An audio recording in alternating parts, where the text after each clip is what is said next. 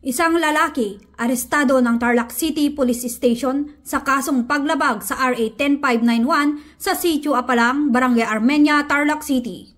Ayon sa ulat ng Tarlac City Police Station, isinagawa ang search warrant operation sa suspect na inisyo ni Honorable Judge Edwin Sunga Bonifacio ng RTC Branch 111 Tarlac City sa Sitio Apalang, Barangay Armenia, Tarlac City na nagresulta ng agarang pagkakaaresto nito. Naaresto ang nasabing suspect matapos umano itong makuhanan ng mga iligal na baril at mga bala sa kanyang tahanan. Samantala, nahuli sa suspect ang 27 pirasong bala ng M16, 3 bala ng caliber 9mm, 2 pirasong bala ng caliber 38 revolver at 1 bala ng M14.